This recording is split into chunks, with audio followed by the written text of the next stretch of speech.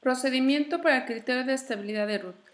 El criterio de estabilidad de Root nos proporciona si existen o no raíces inestables en una ecuación polinomial o nuestra ecuación característica, sin tener necesidad de calcular dichas raíces.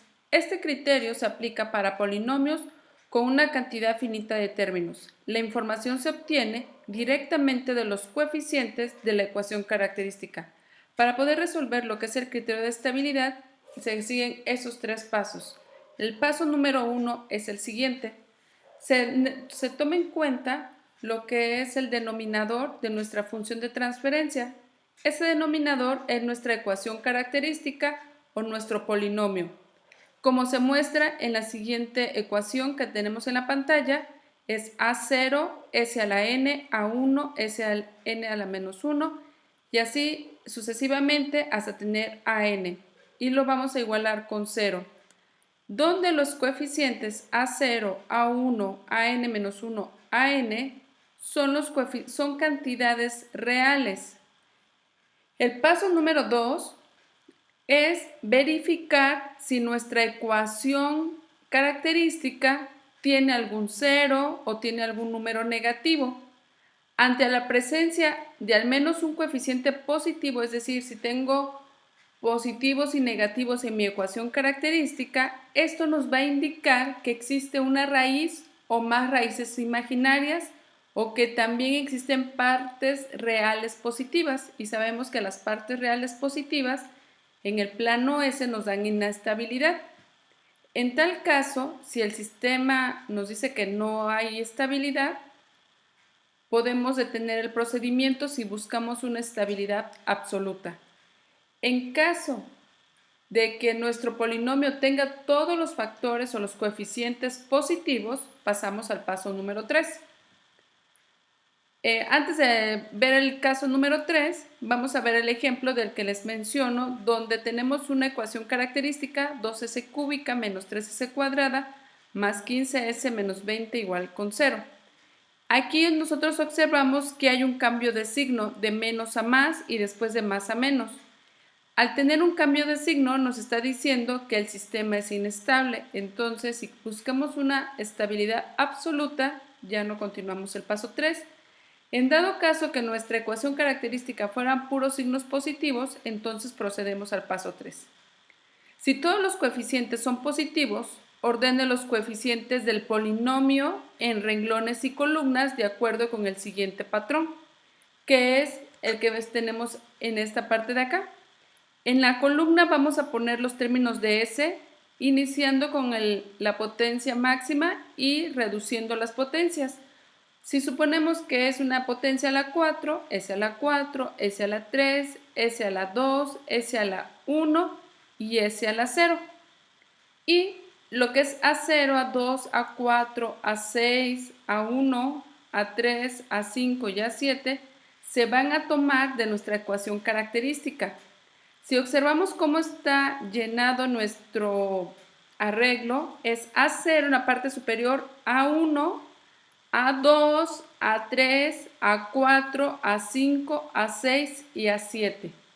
Para lo que es B1, B2, B3, B4, C1, C2, C3, C4, D1, D2, D3, D4 se calculan con una resta que a continuación vamos a ver. El último término, S a la 0, es A sub índice n, es decir, el último factor que nosotros tenemos en nuestra ecuación característica es el que se posiciona acá, y uno antes es el último que se puede calcular.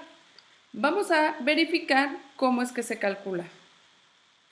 Nosotros queremos calcular iniciando con B1, después B2, B3 y así consecutivamente. Porque los coeficientes A0, A1, A2, A3, etc. se toman del polinomio, pero B1 a D4 los tenemos que calcular. Aquí en la pantalla ya aparece cómo se calcula B1, B2, B3, etc. ¿Cómo vamos a calcular B1? B1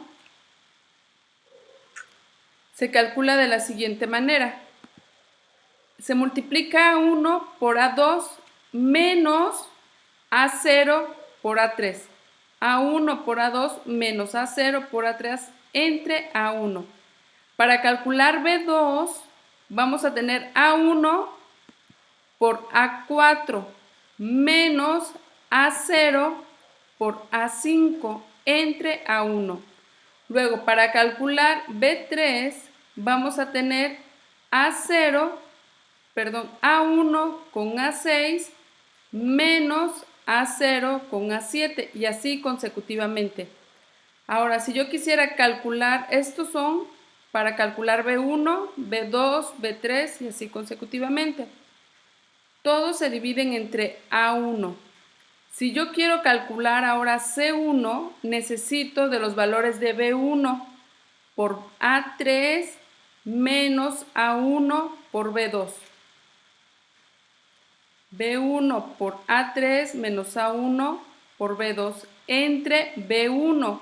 Ahora, si yo quiero calcular C2, necesito B1 por 5 A5 menos A1 por B3 entre B1. Si quiero calcular C3, entonces va a ser B1 por A7, A1 por B4 para obtener C3 y así consecutivamente. Si yo quiero calcular D1, tendría yo que tener C1 por B2 menos B1 por C2 entre C1. Si yo quiero calcular D2, sería C1 por B3 menos B1 por C3 y así consecutivamente. Pues estos son los pasos para poder llenar la tabla de nuestra ecuación, nuestra tabla para lo que es el criterio de estabilidad de Root.